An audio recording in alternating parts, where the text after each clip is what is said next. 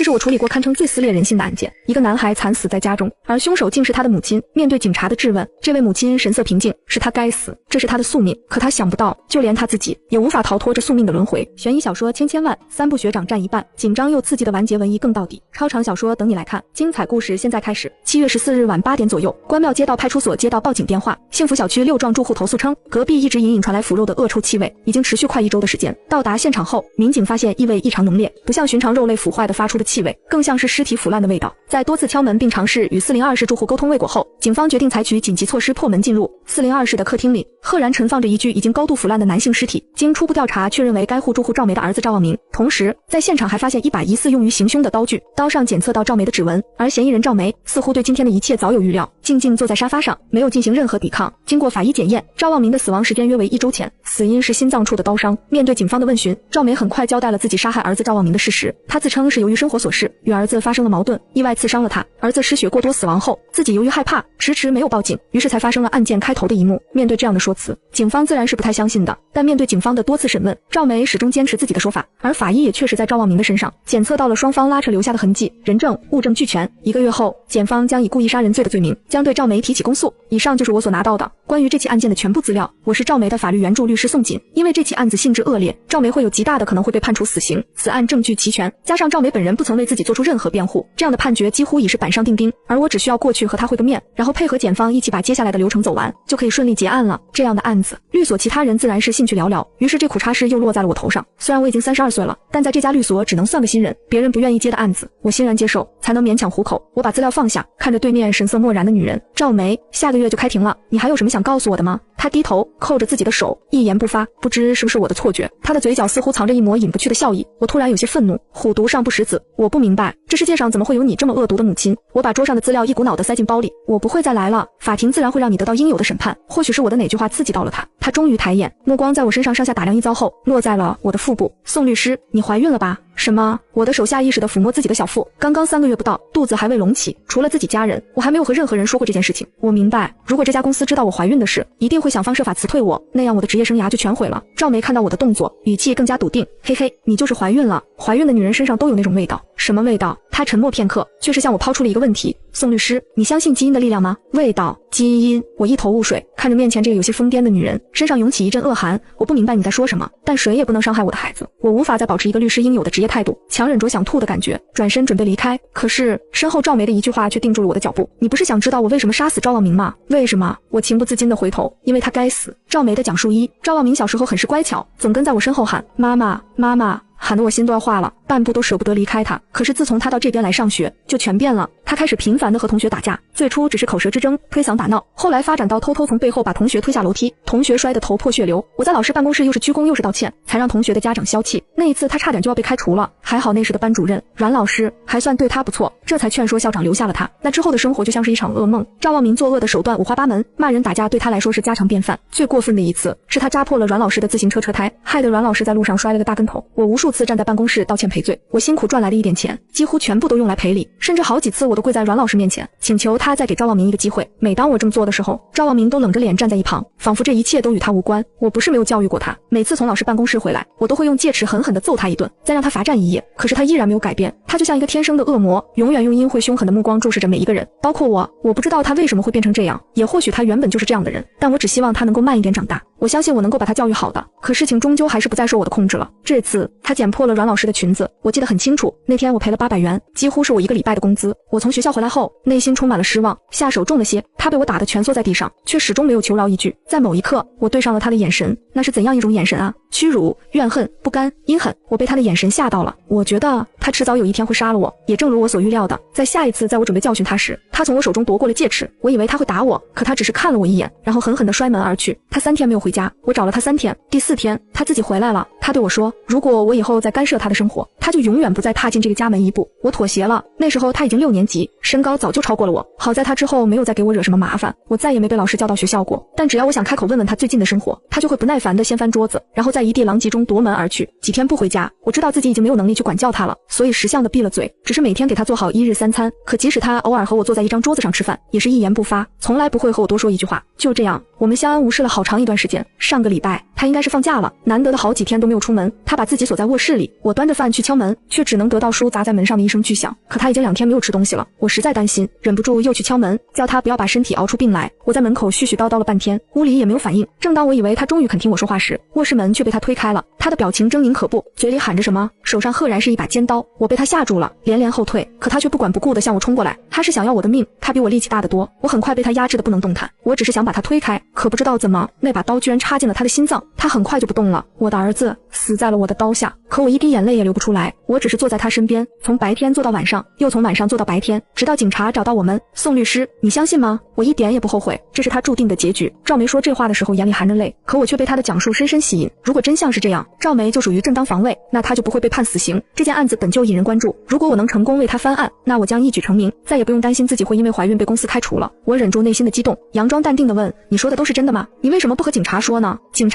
察不会懂的，男人是永远都不会理解一个母亲的心的。我深深颔首，想到上次流产后老公的表现，我对他这句话深表赞同。好吧，如果这确实是真相的话，我会帮你免于死刑的。赵梅又恢复了波澜不惊的样子，低着头，不知在想什么，摆出一副送客的姿态。我会再来找你的。说完这句话，我转身离开了会见室，心里盘算着之后的计划。如果要证明赵梅是正当防卫，必须先找到赵望明作恶的证据。于是我没有回律所，而是先去了幸福小区。402的门没有锁，我越过警戒线，进入了赵梅和赵望明的家。屋中陈设简陋，桌椅和沙发伤痕累累，甚至餐椅的扶手也被掰断，露出了里面的木茬。看来赵梅没有骗我，这对母子间的关系确实十分恶劣。南边那间应该就是赵望明的卧室，杂物散乱的丢了一地。我绕到门后，看到了几处重击后的凹痕，应该是被什么东西砸出来的。我把所有痕迹全部拍下来，这些照片都将会是对赵梅供词的佐证。当然，只有这些还不够，我还需要一些人证来证明赵望明确实是个彻头彻尾的坏种，而赵梅不过是个可怜的老母亲而已。正准备离开，我却突然发现门后的角落里扔着一个褐色书包，书包敞着口，里面只有一个笔袋和2本书。按理说书包里有书也不是什么奇怪的事，可这2本书却并不是课本，而像是课外读物。2本书的边角已经翻起了毛边，像是看了很多次的样子。赵望明这样的孩子也会看课外书吗？还是说这书里藏着什么秘密？算了，还是先去拿人证要紧。不过离开402之前，我还是把这2本书塞进了自己的包里，万一能用得上呢？这个阶段我不能放过任何可能有用的证据，后续的取证比我想象的要容易得多。隔壁和楼下的住户都不止一次听到过402发出的剧烈争执声，包括案发当晚。接下来我只需要再去赵望明的学校一趟，证明他确实品行恶劣，不服管教，这样赵梅在教育孩子的过程中不慎失手，也是有情可原。可我不知道的是，这趟行程会让我彻底陷入两难的抉择中。赵望明，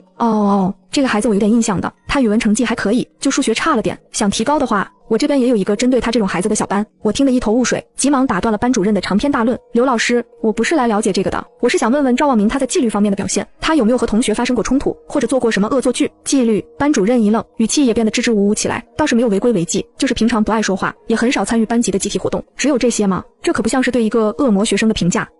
这孩子确实性格比较孤僻，平时和我们老师交流也不多，所以班主任面色愈显尴尬，仿佛在为自己的忽视而心虚。他似乎是把我当成了来兴师问罪的家长，见我没说话，又急忙补充道，对了，他和同桌一起做了2年，关系应该还不错的，是个小姑娘，叫什么丽来着？他翻翻手里的名单，叫王丽燕，我把她号码抄给你哈。好吧，看来班主任这里是没有什么有用的信息了，不过拿到了电话号码也算是一点收获吧。离开前，我不死心的又问一句，赵望明真没做过什么过分的事，他小学的阮老师可是被他整得很惨呢。阮老师不会是幸福小学的阮芳吧？我倒是没问过阮老师的全名，不过这个姓很小众，同姓的应该不多。对，就是他，阮芳。他说赵望明小时候调皮得很，天天和同学打架，对面的人奇怪地看着我，他不是几个月前就进去了吗？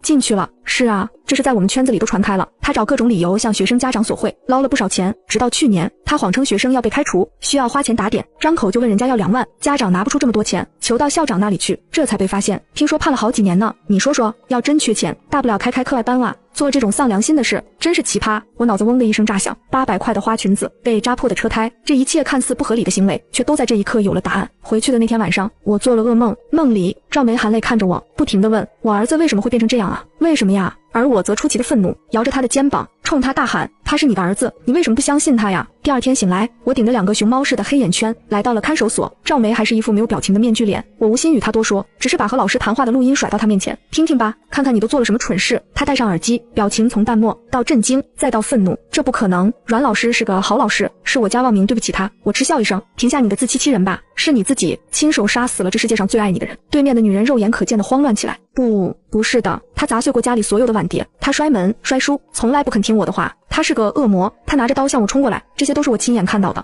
怎么可能是假的？我盯着赵梅的眼睛，是啊，这些都是你亲眼看到的，做不了假，可你怎么不讲讲，你究竟是怎么把他逼成这样的？赵梅的讲述2，现在再回想，赵望明并不是没有向我求饶过，他把同学推下楼梯后，我第一次动手打了他，当时小小的他也曾哭着求我，他说是因为那个同学先嘲笑他，他才动手的。同学嘲笑你，你可以告诉老师，也可以告诉我，可你不能动手打人。我讨厌暴力，也不想让我的孩子变成一个只会用暴力解决问题的人。于是我狠下心，无视了他的求告，罚他在墙角站了一夜。你知道错了吗？我站在他面前，低头看着个子还小小的他，他低垂着头，避开了我的目光。我知道他内心的挣扎和无奈，但我也清楚，我做的一切都是为了他好。我以为这次过后，我的儿子依然是那个乖巧的小孩，可之后情况并没有变好。我一边赚钱，一边应付同学家长和老师无止境的投诉，我感到精疲力竭，根本没办法细细去追究每一件事情的来龙去脉。也许阮芳就是那个时候开始，以赵望明品行恶劣为由，无休止的勒索我，可我无暇去顾及，我在恐惧，我害怕赵望明会走上一条万劫不复的道路。后来，赵望明看我的眼神越来越冷漠，我们的交流也越来越少。有时候在餐桌上，我试图问问他在学校的生活，可换来的只有沉默和卧室门被摔上的一声巨响。我明明是为了他而努力，可他却这么不知好歹。我气急了，趁他去上学，拆掉了他卧室的门锁。那是我们两人最严重的一次冲突。他先翻了桌子，虾和排骨散落了一地，好像不解气一样。他掰断了椅子的把手，狠狠地走向我。那时候的他身高已经超过了我，他逼视着我，就像一个罪犯在审视他的猎物，眼神中充满着嘲弄和厌憎，盯着我看了一会儿。他叹了口气，扔下手里的东西，猛地摔门而去。他离开家的3天里，我去过他的学校，去他每一个同学家里敲门，甚至差一点到他小时候住的乡下去找他。我找人来，重新给他的卧室装上了锁。我意识到自己的行为可能给他造成了伤害，可我控制不住自己的焦虑不安。好在3天后，他回来了。关于这3天的经历，他绝口不谈，而我也只能装作什么也没发生过的样子，继续维持着表面的和谐。上中学后，他对我愈发冷淡，他的老师不找我，我就主动找到学校去。可不知为什么，他总能发现我的意图。他咬牙切齿地警告我，如果我敢去他的学校，他就再也不进这个家门。我只能妥协，可我控制不住自己的担忧，于是我又一次偷偷溜进了他的卧室。在书桌的抽屉里，我找到了2把刀，我吓得要死，把这些乱七八糟的东西全部都扔了出去。可他不分青红皂白的和我大吵一架，说我侵犯他的隐私，说我再进他的房间，他就死给我看。我只当他是耍小孩子脾气。在我又一次敲门未果，想强行破门而入时，他拿着刀冲了出来，说要和我同归于尽。我不是故意的，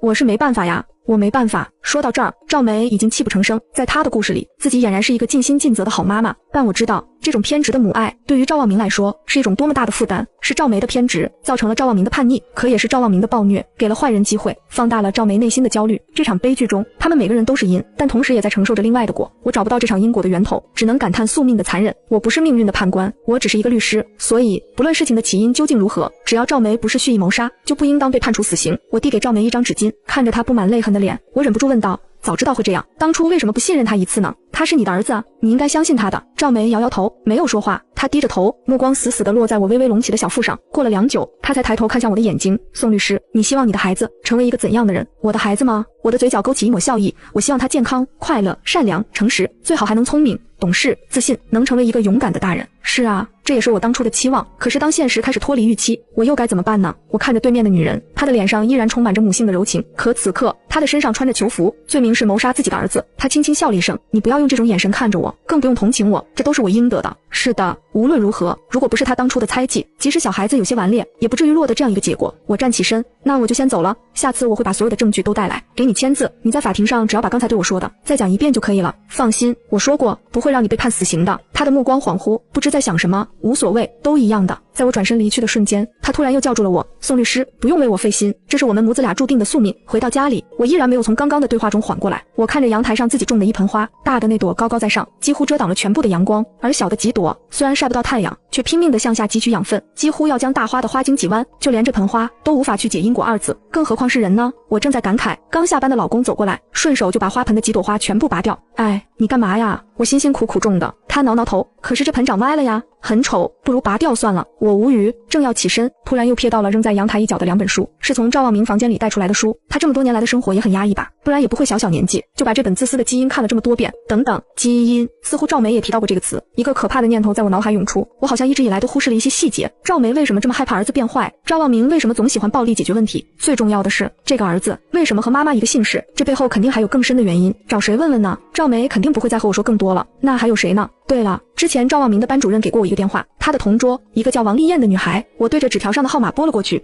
你好，是王丽燕同学吗？我想向你了解一些关于你同桌赵望明的情况。可他接下来的话让我怔在了原地，久久不能回神。他说，阿姨，赵望明是不是死了呀？当我再次来到看守所的时候，已经是1周后了。可这一次我并没有带来上次承诺的证据，而是给赵梅带来了一封信，或者说是赵望明的遗书。和王丽燕通过电话后，我与她在一家咖啡馆见了面，她告诉了我一些关于赵望明的事情，又请我把这封遗书带给她的妈妈。我想赵梅应该和我一样，也是第一次认识这样的赵望明。我走到赵梅面前坐下，1周不见，面前这个女人的脸色愈发苍白，整个人恹恹的，平添几丝苍老。赵梅36岁，高中毕业，职业是超市收银员。她不解地看着我，不明白我为什么要和她说这些。赵望明，赵梅之子，出生于2004年，2020年7月被发现死于家中，凶手是他的母亲，他的身体微微颤抖，而我却不肯放过他。你给我讲了2个故事，可在你的供词中却总有一些我怎么都想不通的地方。为什么你还未到法定结婚年龄就已经生下了儿子？为什么赵望明和你姓赵？又为什么你始终对自己的儿子充满着猜疑与警惕？我盯着他的眼睛，所以赵梅，请你告诉我，赵望明究竟是谁的孩子？对面的女人面如死灰，紧紧闭着双眼，呼吸急促，身体不受控制地摇晃着，仿佛在回忆着最为痛苦的画面。过了许久，她缓缓睁开双眼，长叹一口气，我以为我可以永远不去想起这件事，所以逃避了这么多年，害死了我的儿子。但今天我不得不去面对了。赵望明是我当初并不想生下来的孩子。赵梅的讲述3， 18岁那年，我高中毕业，离开了压抑的学校，我满脑子都是未来自由的生活，以至于太过兴奋，降低了对周围环境的警惕。一个老伯请我帮忙带路，走着走着，我突然觉得头昏昏沉沉，脚下一软，晕了过去。在醒来的时候，我在一个陌生的村子里，身边躺着一个跛脚的男人。他们说这人叫马岩，以后就是我老公了。一开始的时候，我完全接受不了这样的事实，只要一有机会，我就往外逃。可是怎么能逃得掉呢？每次被抓回来，我都会挨一顿狠揍。有一次，他气得很，干脆把我绑起来，丢到猪圈里。外面的天气不到10度，寒风像刀子一样，直往人衣服里灌。我蜷缩在猪圈里，没有吃没有喝，为了不被冻死，我什么也顾不上了，和猪一起抢食吃，把所有的稻草席子都盖在自己身上。我不知道自己被关了多久，我生了一场大病，高烧不退。当我终于清醒过来的时候，身边是那个脖子马岩，他叫人来治好了我。醒来后，他和我说的第一句话是：老实了没？还逃不逃？我认命了。半年后，我们有了孩子，又过了10个月，我的儿子出生了。马岩很高兴，给他起名叫马小宝，说这孩子是他们老马家的宝贝。可他这话也就是说说而已，他对小宝也并不好。他嗜酒好赌，每次赌输了钱就去喝酒，喝得醉醺醺，回来就打我和小宝。他开心的时候就抱着我和小宝使劲亲，不高兴的时候会连小宝一块揍，说都怪我们娘俩赌了他的财路。我恨马岩，恨不得他死，可对我自己10月怀胎生下的孩子，我却恨不起来。虽然怀着他的时候，我无数次希望自己就这么死掉，可真当小小的他来到自己身边，我却又舍不得死了。我只想保护他，不让他受到任何伤害。可是他在这样的环境中长大，怎么会不受影响呢？他3岁的时候，有一只出生没多久的小鸡仔溜进了院子，我就站在他背后，看着他面无表情的才死了这只小鸡。那时我知道，我不得不再次逃离这里了，带着我的儿子离开这个山村。可是我怎么才能逃得掉呢？虽然小宝出生后，马岩放松了对我的看管，但每次他出去都会锁上大门，我出不去，也没有任何方法和外界联系，只凭我自己的力量，是这辈子都不可能出去的。但幸运的是，我们等到了前来解救的警察。第一次来的警察是便衣，他们不动声色，挨家挨户上门调查。我就是在那个时候和他们取得了联系。我知道了1周后，他们会对村子里被拐的妇女儿童进行统一救援。为了能带儿子一起走，我做了很多准备。我先是故意在马岩面前提起买我花了他很多钱的事，激起他的火气，接着又故意拆了他几瓶好酒。虽然挨了一顿打，但能让他这1周都处在浑浑噩噩的烂醉中。每天晚上，我都把哪里的被拐、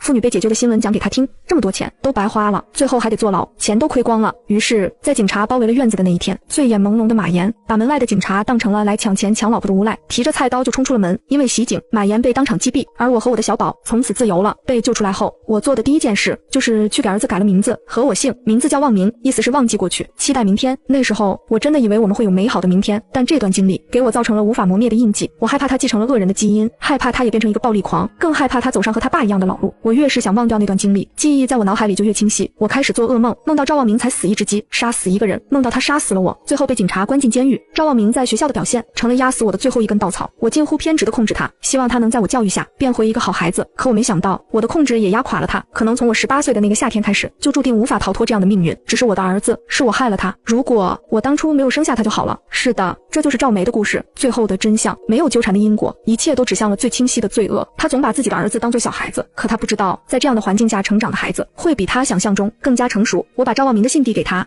看看吧，这是你儿子留给你的。我坐在他的对面，看着他的表情从茫然到悲痛，几乎要昏厥过去。如果不是已经看过那封信，我也不敢相信一个16岁的孩子能成熟到这种程度。从他懂事开始，就知道了自己身上背负的罪恶。母亲每一次深夜里的痛苦，他都看在眼里，所有的担心和不安，他也都能理解。可他也只是一个孩子，他在那样的环境中长大，他不知道怎样去反击欺负自己的同学和老师，只能用最原始的暴力手段。赵梅的一生被困在逃不出的乡村中，而赵望明的一生被困在了窒息的母爱里。他逃不出，也舍不下。他在信里写：对不起，妈妈，妈妈，是我不该来到这个世界，就让我死在你的手里吧。就就算是向你赎罪了。赵望民的信并不长，可赵梅却看了很久很久。最后的最后，她平静了下来，只露出一个释然的苦笑。我不知道该说什么，只是把笔递给他，在这份情况说明上签字吧。他拿起笔，却久久没有落笔。宋律师，你走过来一点，我有一句话，只想说给你听。什么？我走到他的身侧，把耳朵凑近。所有人都没有料到，他突然扔掉手里的笔，用胳膊环住了我的脖子。可能是常年做体力活的缘故，他的力气比我大得多。我被箍得动弹不得，几乎不能呼吸。门口的警卫听到动静，冲进来，举枪对他：赵梅，你干什么？他手上的力度又大了几分，都别过来，再往前我就勒死他。我不明白他在干什么，脑子里只有一个念头，我今天可能要死在这儿了。放开人质，你有什么要求可以提？要求？赵梅癫狂地笑着，我的要求谁也满足不了。我说我不想死，我很想大声告诉他，你死不了，不会判死刑的。可我的脖子被他勒住，说不出话来。赵梅，放开人质，不然我就要开枪了。赵梅充耳不闻，只是疯了一样的阴笑着。只听砰的一声，我脖子上的束缚猛地消失。赵梅带着笑向后倒去，发出一声巨响。警卫冲过来，先检查我的伤势。女士，您没事吧？我摇摇头，再控制不住自己，一把推开身边的人，冲到卫生间，狂吐起来。警察站在门外，有些担心地问：您还好吧？我擦擦嘴，我没事，你们去忙吧。我像丢了魂般，浑浑噩噩地往外走，直到走出看守所，看到了阳光。我摸摸自己的小腹，才像真的又活过来了。刚刚赵梅死的时候，口中喃喃地念了2个字，声音很小，只有我听到了。她说：小宝。